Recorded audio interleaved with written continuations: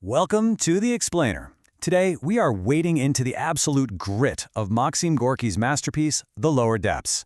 You know, this isn't just your standard story about poverty.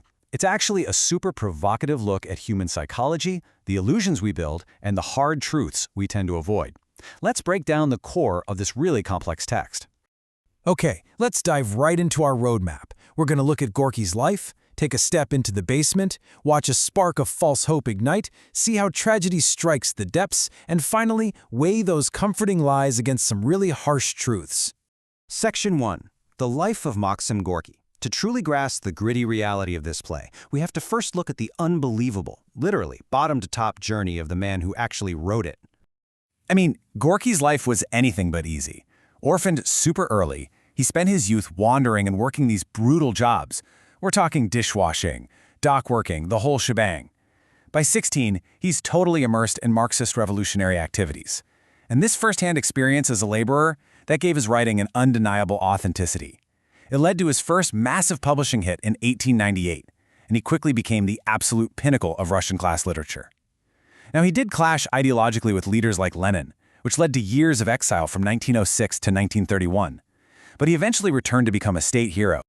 Now, what's really wild about his timeline is the number 5. Gorky only had 5 months of formal elementary schooling. Just 5 months. Yet this orphan from the slums rose up to unprecedented literary greatness and even received a massive state funeral in 1936. His reality was honestly sharper than fiction, and he used that exact edge to carve out the world we're about to enter. Section 2. Welcome to the basement.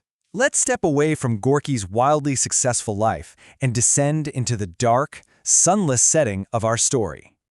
So, picture this. We're in late Imperial Russia, trapped inside this miserable, sunless basement that basically serves as a slum for society's dropouts. But you know what the real tragedy is here? They weren't always at the bottom. Once upon a time, these inhabitants were wealthy factory owners, celebrated actors. Now, they are totally crushed by poverty and despair, completely stripped of their former glory, just trying to survive in this joyless, gray existence. This basement is essentially a powder keg of complex relationships. Here's our cheat sheet for who's who. We've got Kostelev, the ruthless, greedy landlord, and his cruel wife, Vasilisa. Then there's Pepel, a thief who is just exhausted by his affair with Vasilisa. He actually desperately wants to pursue her kinder, much more positive sister, Natasha. Throw in a cynical gambler named Satin and a mysterious wandering pilgrim named Luka, and wow, we have an incredibly tense environment. They're all just stuck together, stewing in misery. Section 3. The Spark of False Hope. Because, naturally, the miserable dynamic of this basement shifts entirely the moment that mysterious wandering pilgrim arrives. Let's see how this all builds, because this play really functions as an escalating tragic arc driven entirely by hope. Act 1 establishes that desperate baseline. Then, in Act 2, the pilgrim drops a spark of false hope. That hope accelerates into a completely violent, chaotic climax in Act 3, which ultimately drops the characters, and us really, into a sobering philosophical aftermath in Act 4. So who exactly is this pilgrim? Well, his name is Luka, and his core philosophy is fascinating. He firmly believes that if deceiving people brings them peace and eases their unbearable suffering, then comforting lies are 100% justified. To him, an illusion that brings comfort is way, way better than a truth that just crushes you. Throughout the second act, Luka feeds these highly tailored illusions to the desperate characters. He promises the alcoholic actor that there is a completely free rehab clinic out there just waiting for him. He sits with the dying Anna and assures her of this beautiful, peaceful afterlife. And he tells Pepel and Natasha they can have a fresh, wonderful start out in Siberia. For a brief moment, Luka actually injects some real, apparent warmth and smiles into this freezing, miserable narrative. Section 4. Tragedy strikes the depths. But yeah, that artificial warmth, it doesn't last. Those comforting lies are about to violently collide with reality. So, the crucial point we need to take away here is this. Luka's hope didn't actually save anyone. The sudden introduction of hope totally destabilized the delicate, miserable balance of the basement. Because when people start hoping, they start acting.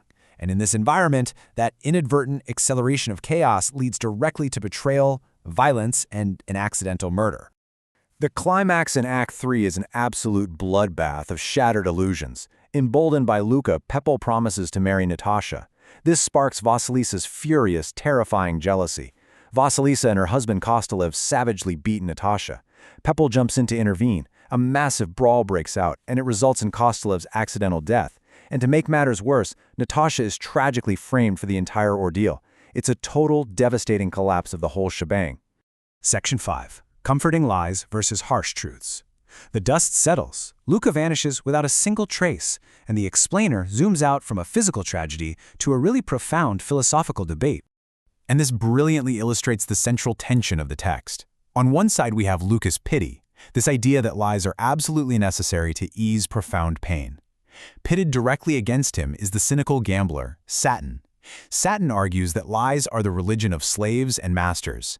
For him, the harsh, unflinching reality is literally the only truth fit for free men. Satin delivers the play's most powerful realization. Human, how magnificent it sounds. You must respect humans, not trample them with pity. Gorky is clearly using Satin's voice here to project his own class-conscious philosophy. It's an energetic, roaring defense of human pride over cheap, pacifying pity. But right after Satin's powerful speech, we get the devastating aftermath. The actor, finally realizing that the magical, free rehab clinic was a complete lie, goes out to a vacant lot and hangs himself. It brings the narrative to a very sobering close, revealing the lethal consequence of false hope.